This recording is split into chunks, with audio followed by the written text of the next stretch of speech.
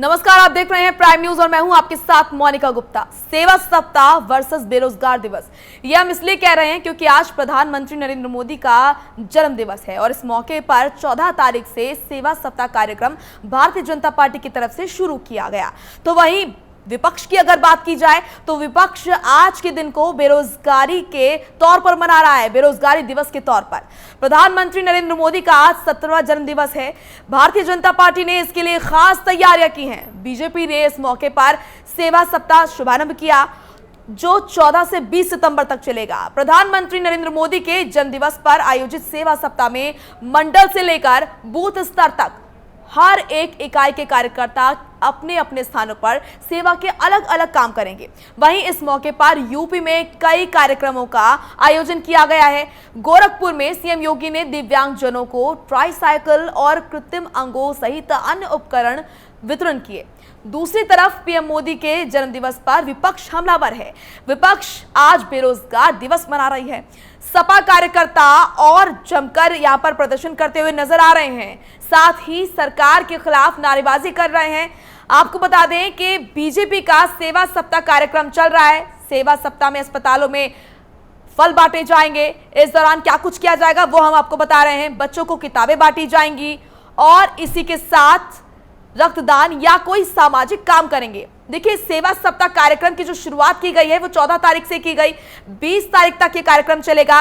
इस दौरान गरीबों तक सेवाएं पहुंचाई जाएंगी। वहीं विपक्ष का क्या कुछ मुद्दा है। विपक्ष का राष्ट्रीय बेरोजगार दिवस मनाया जा रहा है। विपक्ष की तरफ से युवाओं की समस्या को उजागर किया जाएगा। मोदी जी अपने चंद मित्रों की बात सुनते हैं। राहुल गांधी का यह आरोप है, अपने ही लोगों का विकास करते हैं मोदी जी। राहुल गांधी का ये आरोप, विपक्ष लगातार आरोप लगाता हुआ नजर आ रहा है यहां पर मोदी सरकार पर और मोदी जी पर। क्या कुछ यहां पर आरोप विपक्ष के वो हम आपको बता रहे हैं। आपको बता दें कि विपक्ष आज के दिन राष्ट्रीय बेरोजगार दिवस मना रहा है क्योंकि आज प्रधानमंत्री नरेंद्र मोदी का जन्मदिन है। इस अवसर पर बेरोजगारी के मुद्दे को यहां पर प्रमुखता से उठाते हुए विपक्ष की तरफ से लगातार जगह जगह से प्रदर्शन की तस्वीरें सामने आ रही हैं। बीजेपी का सेवा सप्ताह दिवस अलग बन रहा है, तो ऐसे में क्या क्या कुछ खासियत है सेवा सप्ताह की वो मैं आपको बता देती हूं। दरअसल सेवा सप्ताह कार्यक्रम के दौरान तमाम जो गरीब लोग हैं वहां तक, जन जन तक सेवाएं पहुंचाई जा रही हैं। दिव्यांगजनों को ट्राईसाइकिल बांटी जा रही है, रक्तदान किया जा रहा है। तो वहीं अब विपक्ष ने यह मुद्दा लपक के ले लिया। बेरोजगारी के मुद्दे पर अब विपक्ष यहां पर फ्रंट फुट पर नजर आ रहा है और सरकार को घेरने की कोशिश कर रहा है और इसीलिए जगह जगह प्रदर्शन की तस्वीरें सामने आ रही हैं। कहीं छात्र सभा यहां पर प्रदर्शन करते हुए नजर आ रहे हैं, तो कहीं विपक्ष के नेता जगह जगह पर तस्वीरें उनकी दिख रही है, बैनर लिए, पोस्टर लिए सरकार के विरुद्ध यहां पर प्रदर्शन किए जा रहे हैं। आपको बता दें कि आज प्रधानमंत्री नरेंद्र मोदी का 70वां जन्मदिवस है और इस अवसर पर भारतीय जनता पार्टी की तरफ से एक विशेष कार्यक्रम चलाया गया। 14 तारीख से सेवा सप्ताह कार्यक्रम चलाया गया। तो एक तरफ जहां प्रधानमंत्री नरेंद्र मोदी का जन्म दिवस है, वहीं दूसरी तरफ विपक्ष जो है राष्ट्रीय बेरोजगारी दिवस मना रही है। आज इसी मुद्दे पर हम करेंगे चर्चा, तमाम दलों से लेंगे उनकी प्रतिक्रिया। हमारे साथ मेहमान भी कुछ जुड़ चुके हैं, आपसे उनका ताल्लुक करा देते हैं। दिनेश शर्मा वरिष्ठ पत्रकार हैं, इसी के साथ अंकित अरोरा राजनीतिक विश्लेषक हैं, अजय खेड़ा प्रवक्ता बीजेपी के हैं और इसी के साथ प्रियंका गुप्ता हैं, कांग्रेस की प्रवक्ता है, साथ ही मनोज यादव हैं, सपा के प्रवक्ता। सबसे पहले आप सभी का बहुत बहुत स्वागत है हमारे इस खास कार्यक्रम में। आप सभी की राय बहुत ज्यादा महत्वपूर्ण है और इस मुद्दे पर सभी से प्रतिक्रिया जानेंगे। सबसे पहले मैं जानना चाहूंगी मनोज यादव जी, आपके पास। देखिए, आज ही का दिन क्यों चुना गया राष्ट्रीय बेरोजगारी दिवस मनाने के लिए? आज प्रधानमंत्री नरेंद्र मोदी जी का जन्म दिवस है, सब मना रहे हैं और आज ही के दिन राष्ट्रीय बेरोजगारी दिवस क्यों मनाया जा रहा है?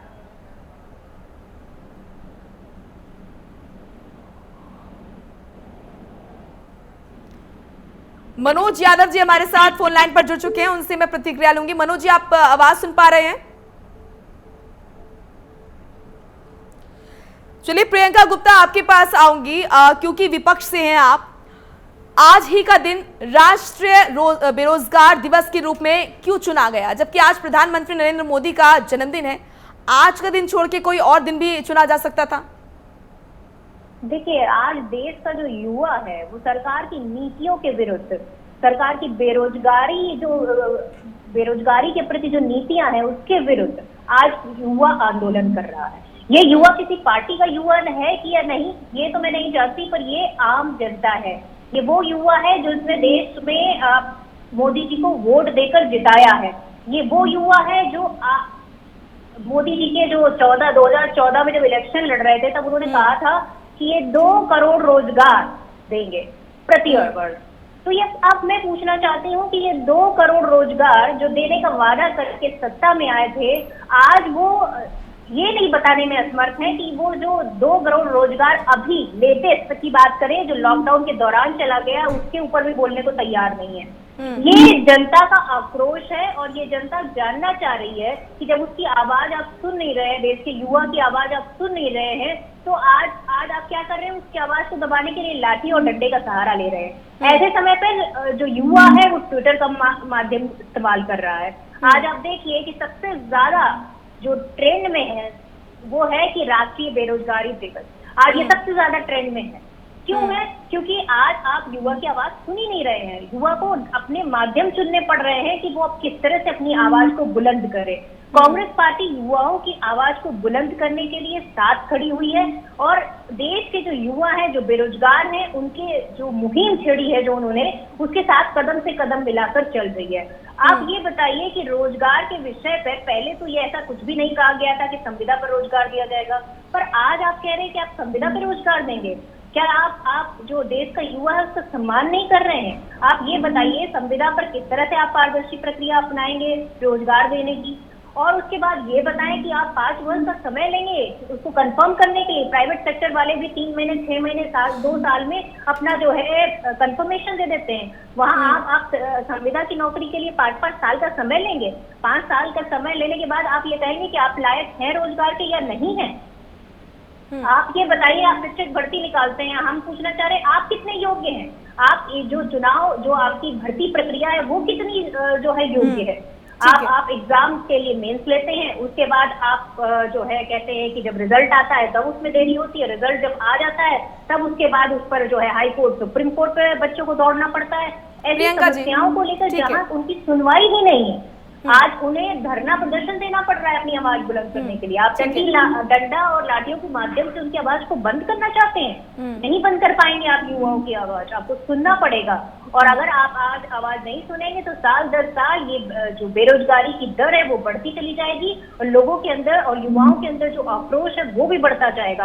आपको इस समस्या का समाधान तुरंत के तुरंत और तत्काल करना चाहिए ताकि युवाओं को, आज देश के प्रधानमंत्री जी का जन्मदिन का अवसर है तो कम से कम देश के युवाओं को उन्हें संबोधन करना चाहिए और संबोधन करके उन्हें बताना चाहिए कि देश के युवाओं को रोजगार कब तक और कितने समय में और बहुत ही जल्द दे देंगे, इस बात की उन्हें घोषणा करनी चाहिए ताकि युवाओं को भी महसूस हो कि आज उन्होंने जिससे वोट देकर सत्ता में बिठाया है, जिसे सबसे ज्यादा वोट देकर सत्ता में बिठाया है, बहुमत के साथ बिठाया है, कम से कम वो उनकी समस्याओं से तो अवगत हैं, उनकी समस्याओं का निराकरण तो कर रहे हैं। ठीक है प्रियंका जी, की बात करते हैं। ठीक है, आपके इस सवाल का जवाब मैं लूंगी विजय खेड़ा जी से, लेकिन जैसा कि आप जानती हैं, ठीक है प्रियंका जी, हाँ, जैसे कि आप जानते हैं कोरोना काल है, ऐसे में दुनिया की अर्थव्यवस्था जो है वो हिली हुई है, पूरी दुनिया इससे प्रभावित है, भारत भी इससे अछूता नहीं रहा। देखिए सरकार के सामने क्या चाह रहा था, या तो वो जिंदगियां बचाती या तो फिर अर्थव्यवस्था बचाती। अगर लॉकडाउन ना लगता तो फिर क्या होता ये आप भी जानती हैं।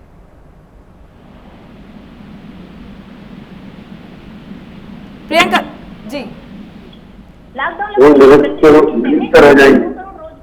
खत्म कर दिए, इस तरह से लॉकडाउन लगाया कि सड़कों पर जो प्रवासी मजदूर थे उनमें 360 मजदूरों की मृत्यु हो गई।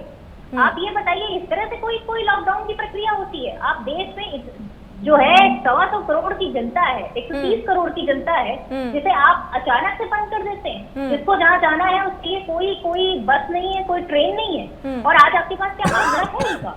आपसे जब मांगा जाता है आंकड़ा कि आप ये बताएं प्रियंका जी, उन लोगों को वहां नहीं रोका जाता तो क्या किया जाता? उन लोगों को छोड़ दिया जाता? तो वो आंकड़ा तक नहीं है आपके पास। ठीक है प्रियंका जी, किस तरह की सरकार चला रहे हैं? ठीक है, सरकार क्या गूंगी, बहरी और अंधी हो चुकी है कि जनता की समस्याएं या जो कमजोर वर्ग है उसकी समस्याएं नहीं सुनना चाहती है? क्या मजदूर की मृत्यु कोई मतलब नहीं रखती सरकार के लिए? आंकड़े नहीं है उनके पास आज। इस तरह की प्रियंका सरकार जी, है ये। विपक्ष होने के नाते आपका सहयोग भी बेहद जरूरी है, सिर्फ सवाल खड़े कर देने से ही विपक्ष नहीं दिखाई देता है। ठीक है, आपका जवाब ले लेती हूँ। विजय खेड़ा जी भी हमारे साथ मौजूद हैं, बीजेपी प्रवक्ता हैं। विजय खेड़ा जी, जवाब दीजिए। देखिए, आप बेरोजगारी समस्या को जानने के लिए आपको 2-3 बातें समझना अति आवश्यक है। जी। आजादी के तुरंत बाद महात्मा गांधी जी ने ये कहा था कि 10 क्लास के बाद शिक्षा का ऐसा सिस्टम होना चाहिए कि जैसे ही 10 क्लास पास हो उसको ये पता लग जाए विद्यार्थी को कि हमारा जीवन किस तरफ जाना है, हम किस स्किल में हमें डेवलप किया जाना है। लेकिन 70 सालों में हमने शिक्षा का ऐसा चौपटा किया कि हम ग्रेजुएट होने के बाद भी ये तय नहीं कर पाता है आदमी कि किस तरफ उसको जाना है। अब वो नई शिक्षा नीति में जो महात्मा गांधी ने कहा था 47 में, वो नीति अब शुरू हुई है, जिसमें 10 क्लास के बाद ये तय हो जाएगा कि कोई कारपेंटर बनेगा, इलेक्ट्रीशियन बनेगा, इंजीनियर बनेगा, या 12th के बाद वो डॉक्टर बनेगा। ये सब जो हमने गांधी जी की बात को नकारा है, उसका 70 साल का वो रिजल्ट पहले मिला है। दूसरी बात, बेरोजगार की समस्या आज तो पैदा हो नहीं गई, ये तो बराबर चल रही है 70 वर्षों से। जैसा जैसा मशीनी युग बढ़ता जाएगा वैसे वैसे बेरोजगार की समस्या बढ़ती जाएगी। जहां बैंक में 10 लोग जो काम करते थे अब तो 2 लोग करने लगे, कंप्यूटर और मशीन से बाहर एटीएम लग गई है। इसी तरह से हर एक विभाग में, हर शाखा में देश के जहां भी कार्य कोई भी काम होते हैं वहां पर अपने आप बेरोजगारी बढ़ेगी ही, क्योंकि मशीनी युग में मशीनें बढ़ती चली जाएंगी। इसको समझना होगा। इसीलिए ये नई शिक्षा नीति में अब ये तय हो जाएगा कि आदमी को अपने पैर पे खड़े होना है और 10वीं क्लास के बाद वो अपनी अपनी चैन की लाइन चुन लेगा। सबसे बड़ी सफलता तो ये है। तो वो जो नींव खराब की थी जिसकी वजह से अनएम्प्लॉयमेंट हुआ है, आज उसको दूर करने के लिए सबसे पहले उस नींव पर किसने काम किया है? प्रधानमंत्री नरेंद्र मोदी जी ने, भारतीय जनता पार्टी ने। दूसरी बात, जहां तक बेरोजगार का सवाल है, आपने सही बात बोली थी कि खाली हिंदुस्तान की समस्या नहीं है, पूरे विश्व में यही हाल है। अमेरिका बेरोजगारी से सबसे ज्यादा परेशान है। अनएम्प्लॉयड ग्रेजुएट की दम पर ही ट्रंप साहब चुनाव जीते थे, उनको रोजगार देंगे लेकिन नहीं दे पाए। स्पेन की यही हालत है, ब्रिटेन की यही हालत है, पूरे विश्व में यही हालत है, क्योंकि मशीन युग के साथ साथ हमको जॉब दूसरी लाइनों में क्रिएट करना होगा, जिस पर सरकार काम बराबर कर रही है। दूसरी बात, बेरोजगारी भत्ता भी हमने तय कर दिया है। अब योगी साहब को लीजिएगा, 1000 रुपया उन्होंने अपनी लाइन पे डाल दिया है। जो भी बेरोजगार लोग हैं, मैट्रिक पास है, वो अपना नाम उसमें भरेंगे। जिन 3000 से कम की परिवार में आमदनी है उनको 1000 रुपया महीना सीधा खाते में मिलने लगेगा। ये दूसरा काम किया। तीसरी बात यह है, ये जरा देखिएगा, इनको बेरोजगार दिवस मनाने की बात आज आई है जब कोरोना काल चल रहा है। इस समय देश जूझ रहा है 3 बातों से। हम बाढ़ से जूझ रहे हैं 1, कोरोना से जूझ रहे हैं 2, लेकिन इनके लोगों की मौतों से कोई लेना देना नहीं है, इनने उसमें कोई समर्थन करना नहीं है। और तीसरी बात, जो एक और समस्या है, वो चीन और पाकिस्तान एक साथ मिलकर हमारे साथ युद्ध के लिए तैयार इकट्ठे हो रहे हैं। उस मोर्चे पर हम बैठे हुए हैं सारी जगह, फिर भी ये सरकार सफलता प्राप्त करती जा रही है। नरेंद्र मोदी जी 20 घंटे काम करते हैं, सारी दुनिया जानती है। 9 दुर्गों में सिर्फ पानी पर रहते हैं। ऐसा काम करने वाला 24 घंटा प्रधानमंत्री, उसके जन्म दिवस पर अगर हम सेवा की भावना से कोई कार्य कर रहे हैं, उसको समय क्रिटिसाइज करना, बेरोजगार दिवस के रूप में मनाना। समाजवादी पार्टी अभी कह रही थी बेरोजगार दिवस के बारे में, अरे ये अपराधी दिवस मना रहे ना। पहले अपने अखिलेश यादव के जन्मदिन पर जो अपराधी पैदा कर दिए पूरे उत्तर प्रदेश भर में, उनका जन्मदिन मनाए अपराधी दिवस पर, तब कोई और दिवस की बात करें। जिससे पूरे प्रदेश के अंदर आज भी अपराध हमने को नहीं आने पा रहे हैं जो इन्होंने हाल किया था। जिस तरह पुलिस को बिगाड़ा था, जिस तरह गुंडों की जमातें बना डाली थी, अपने समाजवादी पार्टियों के विधायकों से सरकार चलवाते थे, एक केस दर्ज नहीं होता था थाने में, उनका अपराधी दिवस मनाइए पहले। ये समाजवादी पार्टी को करना चाहिए। और राहुल गांधी जी ने अभी फिर बोला कि बाद में 2 करोड़ लोगों को अनएम्प्लॉय घूम रहे हैं, 12 करोड़ बेरोजगार घूम रहे हैं, कभी 12 करोड़, कभी 10 करोड़, कभी 2 करोड़, जो उनके मन में आता है बोल देते हैं। और उनकी पार्टी का जो कैडर है उस काम को शुरू कर देता है।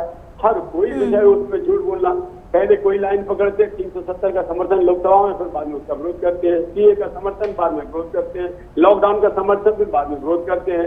यानी लॉकडाउन पहले नहीं किया तो लॉकडाउन की जिद पकड़े, जब कर दिया तो कह रहे क्यों कर दिया। यानी मजदूरों को जो हम शहरों से लेके मेट्रोपोलिटन से गाँव के लिए लेके गए, तब इन्होंने ये हरकत करी। पहले समर्थन, फिर विरोध, फिर क्यों ले आए, हमें वापस नहीं भेज रहे। यानी इनके पास मुद्दा है ही नहीं। हर बार कोई ना कोई एक मुद्दा पकड़ लेंगे जिसका कोई दूर दूर तक सरोकार नहीं है। अभी मुद्रा योजना जो चालू हुई है उसमें कितने लोगों को सेल्फ एम्प्लॉयमेंट मिल गया, लाखों लोगों को मिल गया है। और अभी 1.5 लाख से ज्यादा वैकेंसी रेलवे में भी आने वाली है। तो जहां तक उसका सवाल है, बेरोजगारी का उस समस्या को जितने अच्छे ढंग से अब हैंडल किया गया है वो 70 सालों में कभी नहीं किया गया है। और पूरा विश्व इसी को देखेगा और इसी को अपनाएगा भी। आप देखना कुछ दिनों के बाद जब 10वीं क्लास के बाद ही आदमी का तय हो जाएगा कि वो कहाँ जा रहा है, क्या करेगा, अपने पैरों पे खड़ा होगा, स्वास्थ्य उसका ठीक रहेगा। तो ये सारी बातें ठीक है, ठीक है, ठीक है विजय खेड़ा जी। मनोज यादव जी भी हमारे साथ जुड़ चुके हैं, प्रवक्ता हैं सपा के। मनोज जी, क्या आपको नहीं लगता कोरोना काल में सभी को नुकसान पहुंचा है, सभी को नुकसान पहुंचाया कोरोना ने, तो ऐसे में युवा भी आया है इसकी चपेट में, नौकरी गई है, सरकार के पास और क्या चारा था? या तो वो जिंदगियां बचाती या तो फिर अर्थव्यवस्था बचाती। देखिए मोनिका जी, एक बात कहने में मुझे कोई भी संकोच नहीं है और संकोच इस बात का नहीं है कि दुनिया को अर्थव्यवस्था के नाम पे हो सकता है कोई नुकसान पहुंचा हो या पहुंच सकता हो, लेकिन दुनिया के पास नरेंद्र मोदी थोड़ी नहीं थे। तमाम सारे देशों में राजनेता थे, लेकिन नरेंद्र मोदी जैसा लीडर थोड़ी नहीं था। ये बात मैं भारत के ही राजनीतिक सरकार में बैठे लोगों के वक्तव्य से जोड़ता हुआ कह रहा हूँ। हमारे पास नरेंद्र मोदी जी है। नरेंद्र मोदी का मतलब जादू, जादू का मतलब सब कुछ बेहतर। और नरेंद्र मोदी जी तो विश्व के नेता है, विश्व के में दखल रखने वाले नेता है, तो भारत पे इसका असर नहीं पड़ना चाहिए। और अगर असर पड़ रहा है तो या तो ये बात झूठी है या तो जो बीजेपी के लोग कहते फिरते हैं मोदी जी के बारे में वो बात झूठी है। दो में से एक बात सही हो सकती, दोनों बातें सही नहीं हो सकती। या तो इस वक्त बेरोजगारी का आंकड़ा जो भी आंकड़ा बताया जा रहा है वो झूठा आंकड़ा है, और या तो फिर मोदी जी को जो प्रेजेंट किया जा रहा था वो आंकड़ा उनका झूठा है। दोनों बातें सिमिलर, दोनों बातें सही नहीं हो सकती। ये बात मैं बड़ी जिम्मेदारी से कह रहा हूँ। मैं कह रहा हूँ मोदी जी का जन्म दिवस आप सेवा सप्ताह के रूप में मनवाइए, बहुत बेहतर, आपको मुबारक। मेरी तरफ से आदरणीय प्रधानमंत्री जी को जन्मदिन की बहुत बहुत बधाई। खूब और जो शतायु हो, देश की खूब सेवा करें, उनकी नीतियां खूब हों। लेकिन आप ये बताइए, इस सेवा सप्ताह में मोदी जी के अचीवमेंट 6 सालों को जनता के बीच में जाके बताइए ना, कौन मना कर रहा है। ठीक है, आप नोटबंदी के फायदे गिनवाइए। एक मिनट मेरी बात नहीं पूरी हुई है। हाँ ठीक है। नोटबंदी के फायदे गिनवाइए, आप जीएसटी के फायदे गिनवाइए, आपने जो आर्थिक क्षेत्र में अब तक और महत्वपूर्ण काम किए उसके फायदे गिनवाइए, आप रिटायरमेंट का प्लान लेके आ रहे हैं, लोगों को नौकरियों से निकाल रहे हैं, उसके फायदे गिनवाइए। आप ये फायदे गिनवाइए कि आपकी देश की सीमाएं पूरी तरीके से सुरक्षित हो गई। कुछ इस सेवा सप्ताह में जाके कुछ बताइए देश को ना। केला, फल, सेब, दूध ये बांटने से सेवा सप्ताह नहीं होगा, क्योंकि Modi ji the big man of India. ठीक है मनोज जी, ठीक है मनोज जी, अपना सुझाव, ठीक है, अपने सुझाव तैयार रखिए। सरकार, प्रदेश सरकार या फिर केंद्र सरकार ने जो किया, अगर उसको वो नहीं करना चाहिए तो क्या करना चाहिए था? अपने सुझाव तैयार रखिए, मैं आऊंगी आपके पास। अंकित अरोड़ा राजनीतिक विश्लेषक हमारे साथ जुड़े हुए, ठीक है, आपके पास आऊंगी। अंकित जी, क्या लगता है आपको, सेवा सप्ताह वर्सेस बेरोजगारी दिवस, क्या सिर्फ ये एक मुद्दा है विपक्ष के लिए या वाकई बेरोजगारों के लिए या युवाओं के लिए चिंता है? सबसे पहले तो मैं एक जिम्मेदार नागरिक होने के नाते भारतीय संस्कृति, सभ्यता और शक्ति की दमक को विश्व पटल पे पहचान दिलाने वाले उस व्यक्ति को, हमारे माननीय प्रधानमंत्री मोदी जी को, उनके जन्मदिन की हार्दिक शुभकामनाएं देता हूं। अब मैं अपनी बात रखना चाहूँगा कि देखिए, सकारात्मक सोच बहुत ज़रूरी है। इस समय देश एक महामारी के दौर से गुजर रहा है। अब लेट मी कंप्लीट। एक सकारात्मक सोच रखना बहुत ज़रूरी है। मैं मानता हूं कि कहीं ना कहीं बेरोजगारी का डर या नौकरियां गई हैं। आप ये सोचिए कि असंगठित क्षेत्र हमारे देश में सबसे ज़्यादा परसेंटेज पे हैं। इस चीज़ को समझने की ज़रूरत है हमें। इसलिए इन प्रणालियों को ध्यान में रखते हुए या तो देखिए जान बचा लेते या तो आर्थिक व्यवस्था बचा लेते, और दोनों को बैलेंस किया गया है कि जहां जिस समय लॉकडाउन करने की आवश्यकता थी उस समय लॉकडाउन किया गया, और फिर अगर आर्थिक व्यवस्था को संभालने की बात थी तो उसके लिए लॉकडाउन को अनलॉक किया गया और सही समय से किया गया। मैं इस चीज के साथ सहमति रखता हूं। हाँ, रेट बढ़ रहा है क्योंकि पॉपुलेशन बहुत ज्यादा है, ये सबको पता है, हमें भी पता है, आपको भी पता है, इसमें कोई नए आंकड़े तो है नहीं, और इस बात को समझने की हमें जरूरत है। इसलिए हम एक आत्मनिर्भर भारत की बात कर रहे हैं। ये एक शब्द नहीं, एक मंत्र है। आप सोचिए, मैं छोटा सा एक आपको एग्जांपल देता हूं कि हम एक आम आदमी के बच्चे जब पढ़ते हैं तो उसको पढ़ाया जाता है इसलिए कि वो बड़ा होकर नौकरी कर सके, अच्छी नौकरी कर पाएगा तो अच्छे परिवार में शादी हो पाएगी। ये जो है आइडियोलॉजी, साइकोलॉजी एक बच्चे के दिमाग में हार्ड वायर्ड कर दी जाती है बचपन से ही, मेरे में भी कर दी गई थी। अगर हम बच्चों को आत्मनिर्भर की तरफ, रिसर्च ओरिएंटेड की तरफ अगर उनको ध्यान और डेडिकेट करें तो देखिए एक नया भारत निकल के आएगा। हम नौकरी लेने से पहले नौकरी देने योग्य बने तब तो नौकरी ले पाएंगे।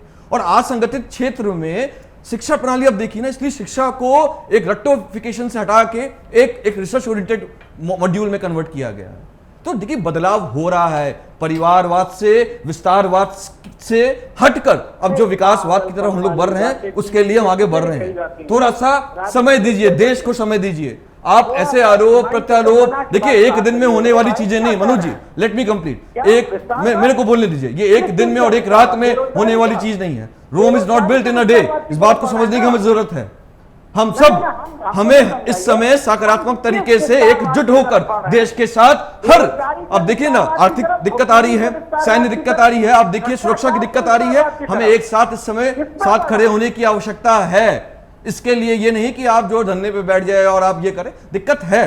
थोड़ा सा हमें जो है साबूरी रखने की जरूरत है और आप नहीं रखेंगे। देखिए आपका रोल है, आप विपक्ष में बैठे हैं, मैं मानता हूं जो आपने मुद्दे उठाए वो सही उठाए हैं, कहीं स्तर तक सही भी हैं, बट उस मुद्दों पे साथ ही साथ सहयोग दीजिए, उसका प्रयोग मत करिए। मेरा बस आपसे इतने, आप लोग विद्वान लोग हैं और इतना पुराना आप लोग का राजनीतिक जो है एक्सपीरियंस, अनुभव है, तो उससे आप इनपुट दीजिए। इस महामारी में मैं जानना चाहूंगा सारे विपक्षों के द्वारा कितने लोगों ने, सभी पार्टियों से मेरा ये सवाल है, कितने लोगों ने जो है सरकार को सुझाव दिया और सुझाव पे कितना सहयोग किया, ये मैं जानना चाहूंगा। धरने पे बैठ जाना सबसे आसान काम है, मेहनत करनी पड़ती है। देश ऐसे नहीं बढ़ता, देश एक प्रधानमंत्री से नहीं बढ़ेगा, देश के नागरिकों से बढ़ेगा, एक सोच से बढ़ेगा। तो सोच को हमें जो है जमीनी स्तर पर उतारना पड़ेगा। ठीक है मनोज जी, आऊंगे आपके पास, आप कुछ कहना चाह रहे हैं। उससे पहले दिनेश शर्मा जी आपके पास आऊंगी। क्या वाकई आपको लगता है जो देश की इस वक्त स्थिति है उससे बेहतर स्थिति हो सकती थी? सरकार की तरफ से फैसले ठीक नहीं लिए गए, क्या राय है आपकी इस पर? देखिए, बेरोजगारी केवल भारत की समस्या नहीं, हाँ, बेरोजगारी पूरी दुनिया की समस्या है जी। जो हमारे विकसित देश हैं उनके यहाँ भी ये एक बहुत बड़ी समस्या है। अब इसमें एक नया इशू आया है, आपने कोरोना काल में लोग बेरोजगार हो गए, ये बिल्कुल सही है। तो ये बेरोजगार केवल हमारे यहाँ ही नहीं हुए हैं, हाँ, तो पूरी दुनिया में हुए हैं जी। एक का ट्रेंड पूरी वर्ल्ड के अंदर चल रहा है ये। तो इसलिए हमारी समस्या और दूसरों की समस्या ये अलग अलग हो सकती है। हाँ। आप देख सकते हैं, लेकिन समस्या यही है कि दो सारी दुनिया एक ही समस्या से जूझ रही है। एक बात, दूसरी बात, जो भारत सरकार नई राष्ट्रीय शिक्षा नीति लाई है उसमें इसका बहुत ही खास ध्यान रखा गया है और सन 70 से लेके आज तक अभी आपकी एक राष्ट्रीय शिक्षा नीति चली आ रही थी कि डिग्री लीजिए और घर बैठिए। उसके अंदर कहीं अपवाद को छोड़कर उसमें कहीं ऐसे प्रावधान नहीं थे कि आपको अगर ये आपने कर लिया है तो आपके पास रोजगार के साधन उपलब्ध हो गए हैं। आप अखिल भारतीय चुनाव में आप जा सकते हैं, लेकिन आपके पास ऑप्शन था। लेकिन अब जो एक नया ट्रेंड शुरू हुआ है, जो सरकार ने, जो मोदी सरकार ने जो कुछ सुधार कार्यक्रम लागू किए हैं उनमें राष्ट्रीय शिक्षा नीति में ये एक बहुत बड़ा एक आपके सामने अवसर आने वाला है कि जिसमें कि बेरोजगारी पर किसी प्रकार से किसी हद तक, पूरा नहीं, किसी हद तक नियंत्रण पाया जा सकता है। बेरोजगारी किसी एक दल का मुद्दा नहीं है, बेरोजगारी देश के सारे राजनीतिक दलों का मुद्दा है। अब अगर आप बात करें तो कुछ लोगों ने बेरोजगारी मिटाने का तरीका ये रखा कि हमारे परिवार के लोग, हमारी जाति के लोग आपके सर्विस में आ जाए, उसके बाद कोई मतलब नहीं है। उत्तर प्रदेश सरकार की अखिलेश सरकार जो थी उसने तो यही काम किया था। उसने तो उत्तर प्रदेश जो है क्या नाम, जो लोक सेवा आयोग है उस तक के अंदर सेंधमारी कर दी। आज की तारीख में सारी जो जांच प्रक्रियाएं थी, जो भर्ती प्रक्रियाएं थी, वो जांच के दायरे में है। कहीं हाईकोर्ट में फंसी है, कहीं सुप्रीम कोर्ट में फंसी है। एक बात, हमारे पास सबसे बड़ी प्रॉब्लम टैलेंट की है। अखिल भारतीय सेवाओं में बहुत ही ज्यादा अवसर आपके सामने मौजूद है, लेकिन मारामारी आपकी जो है समूह कै और कै इसके अंदर है। बाबू, हर आदमी बाबू बनना चाहता है, बैकडोर से बाबू बनना चाहता है। तो ये चाहता है कि हमको बैकडोर से मौका मिले और बैकडोर से राज्य सरकारों के लिए ये जरा अनुकूल वातावरण भी बनता है कि चाहे जैसी भर्ती समिति बना दो उसे बाबू कर लीजिएगा, चाहे उत्तर प्रदेश के अंदर इसके अवसर हो, चाहे वो बाबू के अवसर हो। आपके सामने सारी चीजें देखी गई है। एक आता है स्किल, ये कौशल विकास। राज्य सरकारों ने एक रास्ता निकाला कि हम कौशल विकास करके स्वरोजगार प्रदान करेंगे, उसके लिए लोन देंगे, उसके लिए उनको सुविधाएं देंगे, 10-12 लाख रुपए तक का लोन देंगे कि लोग लोन लेकर अपना काम करें। लेकिन मुश्किल ये है कि आपके पास जो इंफ्रास्ट्रक्चर है, जो आपके पास स्थानीय संसाधन है, वो अगर 10 लाख का लोन लेके किसी व्यक्ति ने कोई छोटा मोटा काम कर लिया तो उसके पास बिजली नहीं आ रही है। अगर और कुछ काम उसको थोड़ा बढ़ाने की कोशिश की तो सिपाही आकर पूछ रहा है कि ये क्या धंधा है। दुनिया भर के लोग अवरोध उसके सामने खड़े कर रहे हैं, आगे भाग रहा है कि ये हमने लोन और ले लिया, और उसके बाद बैंक उसके पीछे पड़े हुए हैं। आप एक चीज से जूझे तो बात समझ में आती है, यहाँ तो बेरोजगार सभी चीजों से जूझ रहा है। स्थानीय प्रशासन पर सरकारों का कोई नियंत्रण नहीं है, कोई चेक नहीं है। डिस्ट्रिक्ट मजिस्ट्रेट क्या कर रहा है?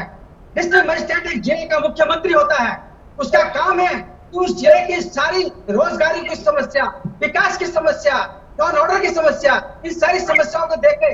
इसी से विकास भी जुड़ा हुआ है। अब तो रोजगार का चिंता पड़ गया है, अब तो रोजगार के रास्ते हो गए हैं, अब तो आतंकवाद भी एक रोजगार का जरिया बन गया है। अब अगर आप देखें तो जो दूसरे देश है, पश्चिमी देश है, उनमें जो एक बेरोजगारी की एक फौज जा रही है, टेररिज्म के लिए जा रही है, वो कोई समाज सेवा के लिए नहीं जा रहे हैं।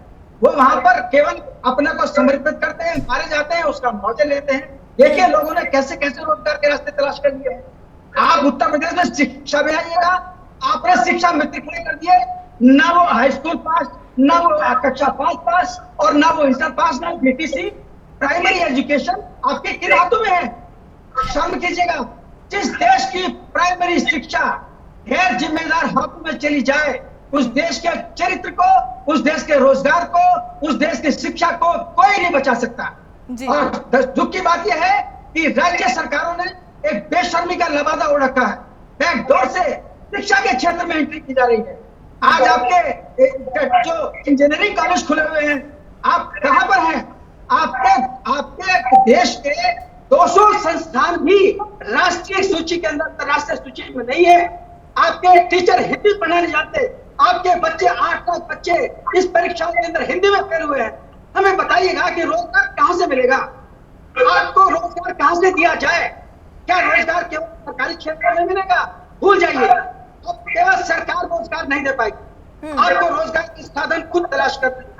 आपको अपनी योग्यता का विकास उस तरह से करना होगा कि आप कंपटीशन में आगे आए। लेकिन दुर्भाग्य की बात यह है कि हमारा यूथ कंपटीशन में जाने को तैयार नहीं, वह बैकडोर से हमें रोजगार चाहता है। तो बहुत बड़ी समस्या है। अगर आज बीजेपी ने कार्यक्रम शुरू किया है, सेवा कार्यक्रम, ये केवल एक लोक दिखावा है। और ये लोक दिखावा केवल बीजेपी के लिए नहीं, ये लोक दिखावा और भी जो सरकारें रही है उनके लिए भी है। उनके पास ऐसा कोई भी हथियार नहीं है, ऐसा कोई रास्ता नहीं है कि सीधे किसी को रोजगार प्रदान कर देते हैं। बहुत मुश्किल है, बहुत चुनौती है। और इस चुनौती से निपटने के लिए एक जो प्रतियोगी है, जो पढ़ने वाला बच्चा है, जो कौशल विकास में लगा हुआ है, उसको ही पहल करनी होगी, उसको जिम्मेदारी निभानी होगी। आप सरकार की क्षेत्र में नौकरी में क्यों देना चाहते हैं? आपका प्राइवेट क्षेत्र भी तो है, आप उसके अंदर अपनी प्रतिभा का प्रदर्शन करिए, आप स्वरोजगार की तरफ बढ़िएगा, ये मेरा कहना है। और जहां तक ये रोजगार के बाद बहस हो रही है, समाजवादी पार्टी भी कर रही है, कांग्रेस भी कर रही है, सब कर रही है, ये मुद्दा है, ये मुद्दा बना। ठीक है दिनेश जी, ठीक है। मनोज जी आऊंगी आपके पास, आप कुछ कहना चाह रहे हैं। इससे पहले विजय खेड़ा जी, आपका कमेंट जानना चाहूंगी, आप जवाब दीजिए इस पर। इनकी तो बात ही नहीं समझ पाए, इतना लंबा बोला है इन्होंने कि स्पीच में समझ ही नहीं आया क्या कहना चाह रही है। अब आप बताएं तो हम बताएं कुछ नहीं जी। क्या साफ बात इन्होंने जी, दिनेश जी का साफ तौर पर कहना है कि जो चीजें चल रही हैं जमीनी स्तर पर वो ठीक नहीं चल रही हैं। कोशिश नहीं की जा रही है कि जड़ तक पहुंचा जाए, सिर्फ मुद्दा उठाने से कुछ नहीं होगा। और ये जो कार्यक्रम चल रहा है सेवा सप्ताह का, ये सिर्फ मात्र एक दिखावा है। देखिए, ये जो कार्यक्रम है ये किसी के भी जन्मदिन पर सांकेतिक हुआ करते हैं। कभी फल बांट देना है, हमें कांग्रेस के दिन भी याद है, राजीव गांधी के जन्मदिन पर ब्लड डोनेशन कैंप लगा करते थे, ये कांग्रेस लगाती थी। अच्छा, इसी तरह से फल बांटे जाते हैं मदर टेरेसा के जन्मदिन के ऊपर, अस्पतालों में लोग जाके करते हैं। तो ये तो एक सेवा की भावना और एक लोगों को बताना कि हम लोग क्या चाहते हैं, मोदी जी की सेवा का तरीका क्या है, ये तो एक सांकेतिक बात है। लेकिन मुख्य बात ये है कि अभी यादव साहब भी वो कह रहे थे और इन्होंने भी शायद यही कहा है, क्या कह रहे थे कि आप लोगों के पास जाइए, लोगों के पास जाइए, आपने क्या किया वो बताइए। ये बात बिल्कुल यादव साहब की मुझे ठीक लगी है। लोगों को बात बताया था, इसीलिए 5 साल बाद इतनी हैवी मेजोरिटी से लोगों ने जिता दिया। लोगों को पता था, ये तो ऐतिहासिक जीत थी कि एक ही प्रधानमंत्री के नेतृत्व में द्वारा एब्सोल्यूट मेजोरिटी हुआ ही नहीं कभी पिछले 30-40 साल में। ये अब ये देखिएगा, वो अपने आप में काम बोलता है। अब रहा सवाल इसका, हमें ये बताने की जरूरत है कि लाखों करोड़ों को मकान और टॉयलेट मिल गए। हमें ये बताने की जरूरत है कि गांव-गांव में बिजली पहुंच गई। अब मैं ये बताऊं कि अब ओपन में डेफिकेशन, लोगों का जाना बाहर शौच के लिए बंद हो गया है, घर घर टॉयलेट बन गए हैं। मुझे ये बताने की जरूरत है, बिचौलिया खत्म हो गए हैं, बैंक के अकाउंट घर घर में पहुंच गए हैं, रसोई गैस पहुंच गई है। इसलिए मैं यादव साहब की बात का जवाब दे रहा हूं, मुझे कुछ बताने की जरूरत नहीं है।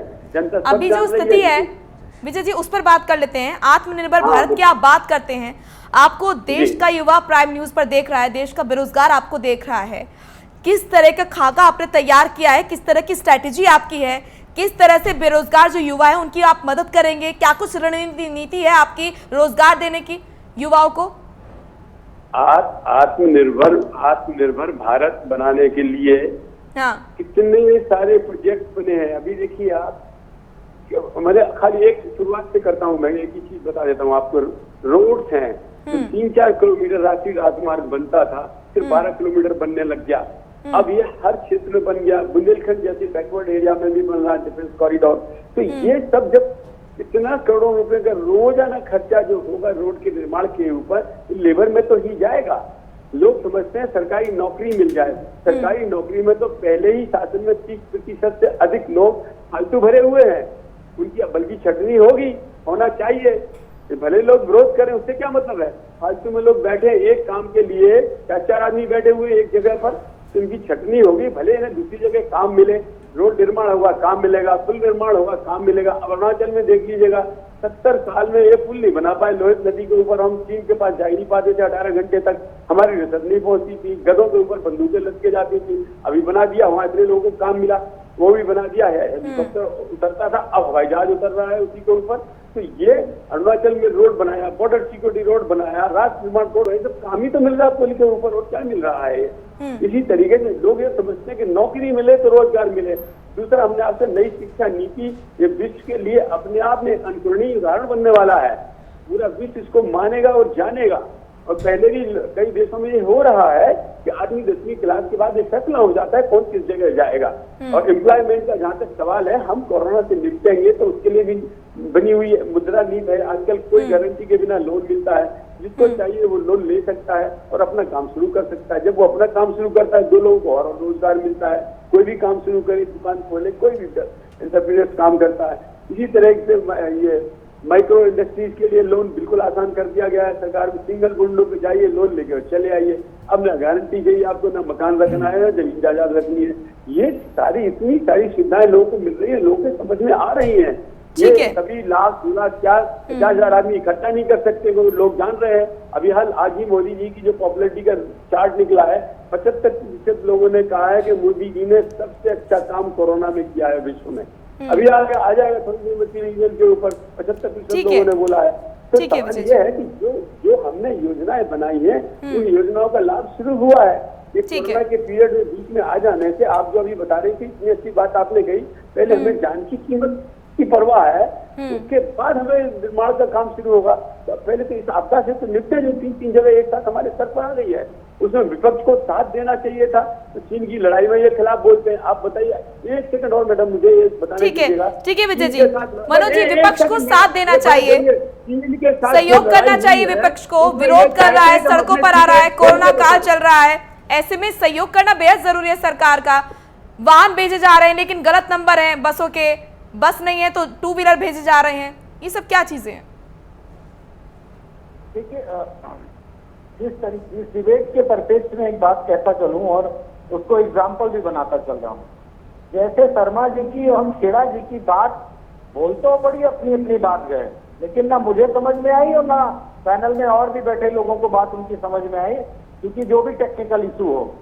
ठीक है, मोनिका मैं आपको बता देती हूँ, उन्होंने अंत में ये, ठीक है, पूरी बात मैं समझ गया, मनोज जी समझ गया मोनिका जी, ठीक है, मैं समझ गया। हाँ, तो सहयोग कैसे करेंगे? गलत नंबर वाले वाहन भेजकर करेंगे, सवाल उनका ये है। ठीक है, मैं उस बात को उदाहरण बना रहा हूँ मोनिका जी कि आप बता रहे हो सब कुछ, लेकिन कम्युनिकेट कुछ नहीं हो रहा है, लोगों को समझ कुछ नहीं आ रहा है, और आपको ये लग रहा है कि आप दिव्य ज्ञान दे रहे हैं इस देश को। समस्या ये है इस देश में, आप अगर ये बताना चाहते हैं कि हम सहयोग करें आपका, तो क्या नरेंद्र मोदी जी पूर्व की सरकार का सहयोग करते थे? क्या भाजपा के तमाम मंत्री जो आज मंत्री बने बैठे, कभी सांसद विधायक हुआ करते, तो क्या वो विपक्ष का सत्ता का सहयोग करते थे? वो सिलेंडर पर पे लाद के नहीं आते थे, वो रोजगार के सवाल नहीं पूछते थे, वो तमाम घोटालों के सवाल सरकार के खिलाफ धरने पे नहीं बैठते थे। ठीक है मनोज जी, हाँ, तरह की बात कहते हैं ये स्थिति, ठीक है मनोज जी, ये स्थिति जो इस वक्त बनी है देश में कोरोना काल के दौरान, ठीक है, ये स्थिति जो इस वक्त बनी है देश में कोरोना काल के दौरान, ऐसी स्थिति कभी जिंदगी में बनी है देश में? नहीं, बिल्कुल नहीं बनी। तो आपको मोनिका जी एक बात बताता चलूं, क्या कोरोना काल में मदद करने वाले उत्तर प्रदेश के समाजवादियों पे हजारों मुकदमे बीजेपी की सरकार ने नहीं लगा दिए? इनसे पूछिए ना, हजारों मुकदमे लगा दिए। हमने सेवा भाव से जमीन में उतरे, हमने लोगों की मदद की, हम पे मुकदमा लग गया। और बीजेपी के लोग अपना अवार्ड ले रहे हैं, Guinness book of world record में नाम लिखा रहे हैं, उनको प्रशस्ति पत्र दिया जा रहा है। क्या ये बीजेपी की सरकार से नहीं पूछोगे? एक बात मोनिका जी मैं स्पष्ट बता दे रहा हूँ, जिस सरकार से राजनीतिक विश्लेषक, पत्रकार या और कोई सवाल पूछना बंद कर देता है, विपक्ष को आईना दिखा देगा, उस देश में जाने से दुनिया की ताकत नहीं रोक सकती। उतना नैतिक राइट नहीं है जितना और को नहीं है।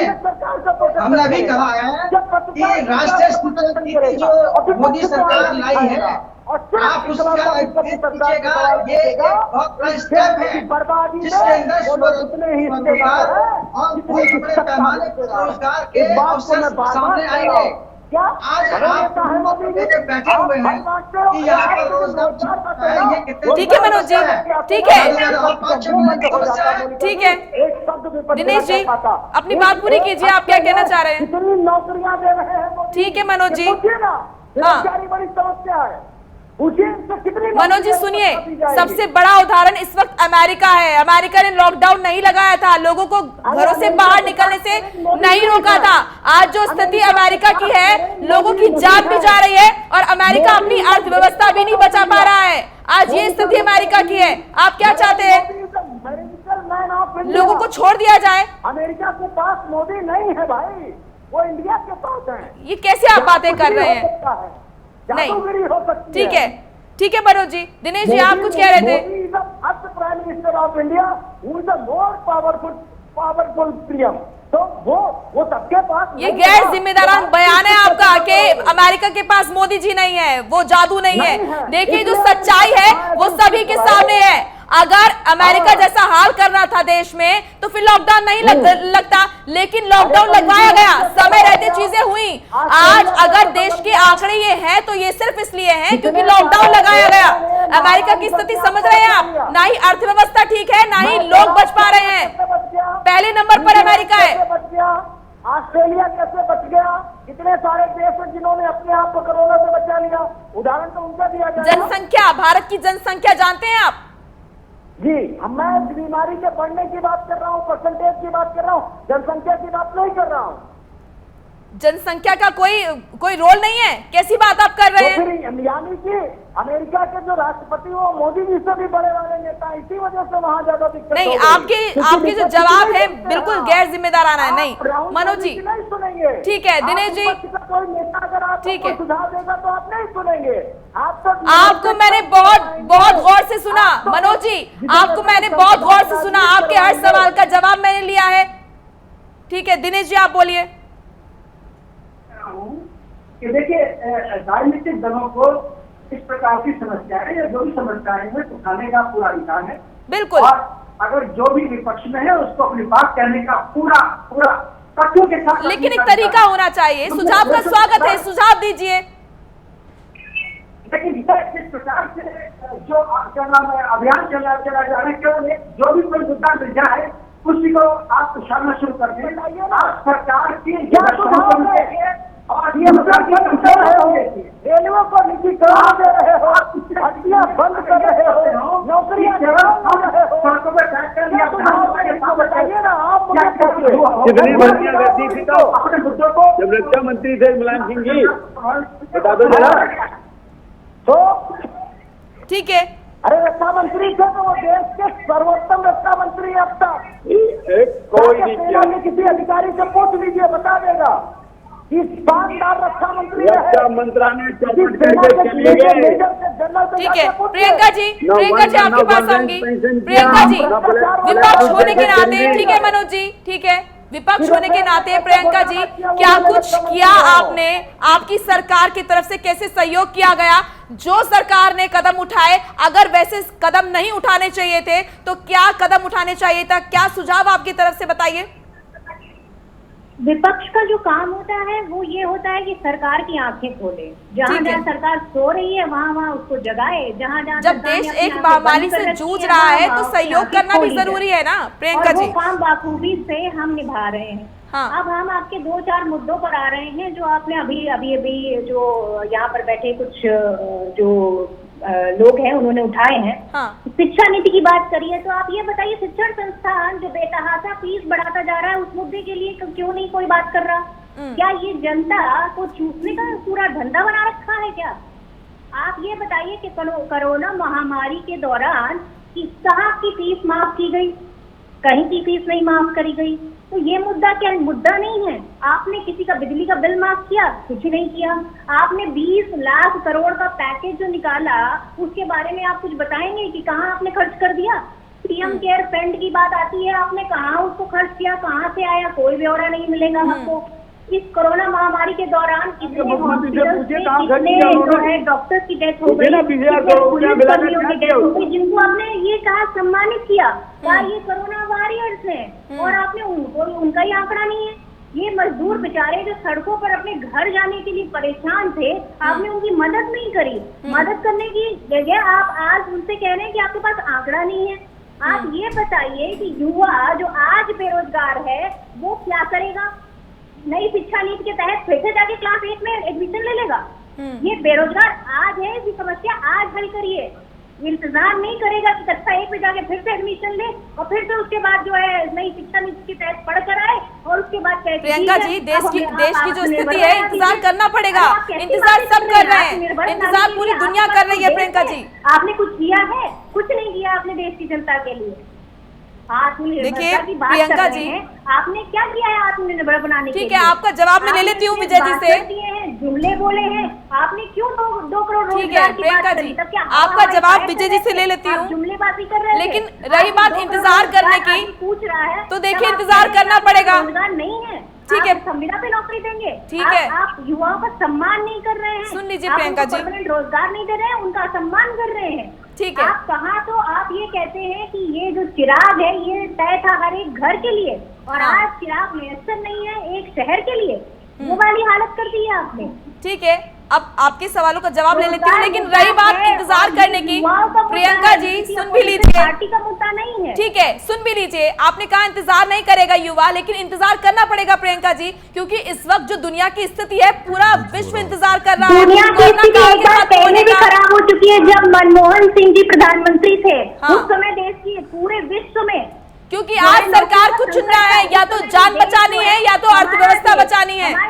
आपके सवालों का जवाब ले लेती हूँ। ठीक है विजय जी जवाब दीजिए। और दूरदर्शिता विजय जी जवाब दीजिए। के पास नहीं है।